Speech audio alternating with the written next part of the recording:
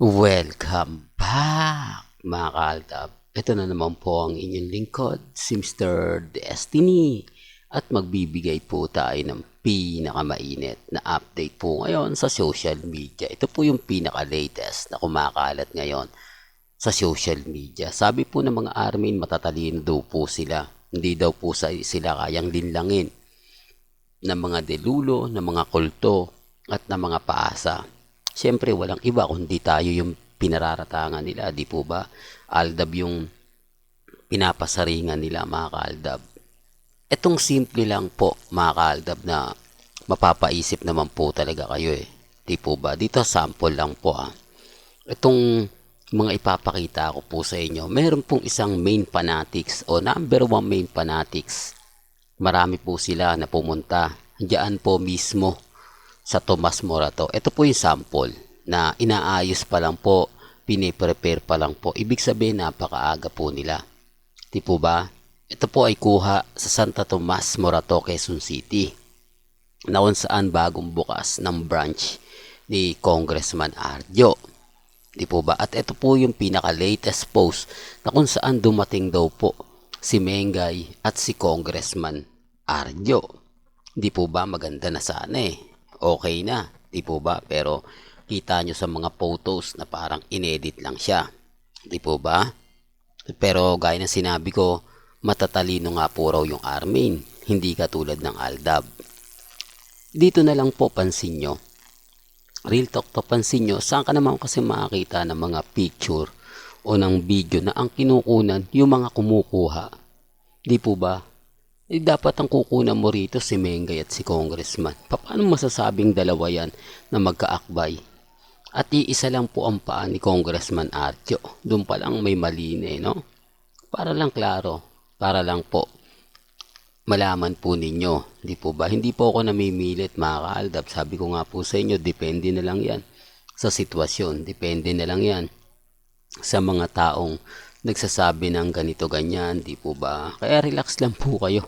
Huwag po kayong basta-basta maniniwala, di po ba? Matatalino nga po sila pero bakit naniniwala sila sa mga edited picture na lumalabas? Sa mga issue na mga, kumbaga, alam nyo na, di po ba mga kaaldab? At etong ipapakita ko sa inyong photos, base po sa kanila to ha. Base po sa mga sinasabi nila. Sino nga po kaya yung pinaglolo ko nila mga kaaldab? Sila po yung tinutukoy ko. Mga number one main fanatics, di po ba? Kilalang kilala na siguro ng mga mamis yan. Hindi po makakalimutan itong mga mukhang to dahil minsan sinagasaan nga po nila ang senior na kung saan nasa taping po ni Mengay sa Daddy's Girls. Di po ba? Sinasabi ko lang po ito para po sa kaalaman ng lahat. Kahit hindi na po natin banggitin, alam ko naman po na kuhang-kuha nyo na o gets na gets nyo na etong sinasabi ko. Di po ba? Ito po yung mga taong kapag ka-opening, maaasahan mo po talaga sila. Sila po talaga yung sinasabi kong number one main fanatics. Kung matatandaan nyo, yung anniversary po ng McDo ni Mengay na andun po sila. Totoo to mga kaaldab. Pangalawa, yung opening nga po ng McDo ni Mengay sa Muson, sa Malolos, na andun din po sila. Di po ba? Pero doon, ito yung pagkakaiba. Nung naandun po sila, ang dami nilang photos. Ang dami nilang kuha. Kasama nila si Nanay Dab at ang pamilya Mendoza. Walang nakaligtas kahit si Congressman Arjo. Nagpa-picture sila. Di po ba? O ano naman relate niyan, Mr. Destiny? Bakit mo naman sinasabi yan? Anong punto mo sa mga sinasabi mo? Ito po kasi yan. Ibig sabihin, maaga po silang dumating. Ibig sabihin, dumating sila na kung saan tamang-tama. Tapos ng EAT, kumbaga, o sabihin na natin na mas maaga sila. Pag opening pa naman po yan, di po ba, pupwesto ka. Hindi naman yan nakaluto na dahil i-order mo pa yan. Sa dami daw po ng taong pumunta dyan. Pero hindi naman po halata, di po ba? Pero yun po yung sabi nila kaya alanganin basagin po natin sila. Tapos may mga lumabas nga pong photos na naandun daw po at dumating nga po raw si Congressman at si Maine Mendoza. Yan po yung sabi nila mga kaaldab. Mahirap po naman natin na basagin kasi sila yung may sabi niyan. Di po ba? Siyempre kailangan may ebidensya at resibo. May lumabas naman po mga photos na naandun nga po raw kuno si Congressman at si Mengay. May ilang tao po o siguro sabihin na natin dalawa. Marami na po yung dalawa na yun kasi kumalat. Pero hinanap ko po yung mga account nila, hindi ko talaga matagpuan. Dapat yan kapag nag-post, nandun po yung eksaktong profile nila, di po ba? Na kung saan nga po, pag tinignan mo yung profile nila, masasabi mo na maraming naiinggit. Maraming nagsasabi na, bakit hindi mo naman ako sinama, niyaya, wala naman akong, yung araw na yan, day off ko. Gusto ko rin makita si Congressman at si Mengay. Di po ba? Yung tipong halos karamihan ng comment na iinggit sa'yo. At sinasabing sana all. Di po ba? Ang swerte mo naman, na-meet mo in person si Maine Mendoza. Siyempre, ang tanong, ganito yan. Totoo bang di kagandahan si Maine Mendoza? Di po, para lang klaro. Di po ba? Binibigyan ko lang po kayo ng idea o sinasabi ko lang po ito para malaman po ninyo. Di po ba? Pero wala po akong nakita ng ganun. Wala po akong nabalitaan. Di po ba? Para lang klaro, ibig sabihin dami account lang po yun.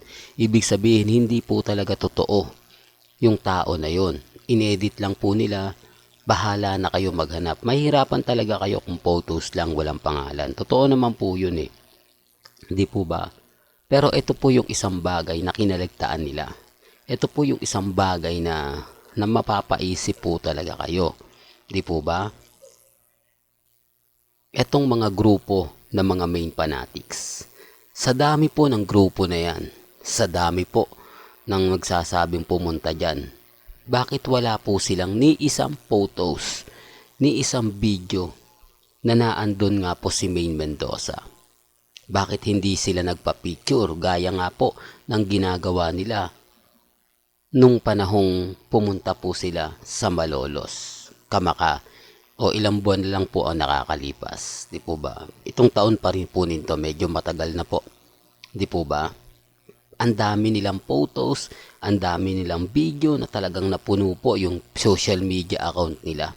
Sa Facebook, sa Instagram, sa Twitter, grabe, punong-puno. Pero bakit dito parang malamya? Parang ito lang po yung post nila na makikita mo. Parang hindi na nasundan. Di po ba? Para lang klaro. Wala man lang isa. Hindi sila Imposible po na hindi po sila pagbigyan ni Mengay pag nakita sila. Kasi madalas naman po talaga sila nakikita Di po ba? Mga main fanatics nga talagang full support sila. Kaya nga po sasabihin natin na naandyan si Mengay pero hindi sila nagpa-picture. Common sense na lang po mga kaaldab. Napakasimple lang naman po. Ang katotohanan, wala po talaga si Mengay sa Tomas Morato. Di po ba? Pero gaya na sinabi ko, wala kumbaga, lahat naman sabihin ko rito, bitter lang ako Di po ba? Hindi mo lang matanggap, Mr. Destiny. Kaya ganyan yung pinapaliwanag mo. Hindi mo lang kumbaga masabi o mapaniwala yung ibig kong sabihin, yung mga viewers ko mapaniwala ko lang na wala. Hindi po ganun. Kasi dito naman po ito na po yung ebidensya at resibo. Kaya nga po kumuha tayo ng mga photos galing po sa kanila. Kung saan siniset up, kung saan dumating si Mengay, kung saan daming picture na naglabasan, at ang pinaka-latest ito nga po. Di po ba? Kaya nga po simpleng tanong. Sila po yung maraming social media account. Sila po yung mas kilala kaysa sa mga taong nagpa-picture kay Mengay. Pero bakit wala po sila mga video, resibo na naandun nga po talaga? Di po ba? Mapapaisip din talaga kayo. Well, hanggang dito na lang po yung updates natin mga kaaldab. Kaya kung gusto nyo pa po ng pinaka-latest at sariwang update, abay tumutok lang po kayo dito po sa channel ni Mr. Destiny. Para updated po kayo sa mga latest at sa mga bagong video po na ilalabas po natin maya-maya lang. Kaya kung bago ka lang sa channel na to at isa kang true-blooded Aldab Nation na nagmamahal po kila Mengay at Tisoy, tama po ang channel na pinuntahan mo. Kaya consider na po kitang bagong subscriber. At huwag mong kalimutang i-share ang mga video po natin sa mga mami, sa mga titas, at sa mga senyor. Hanggang sa muli, salamat po sa panonood at pakikinig.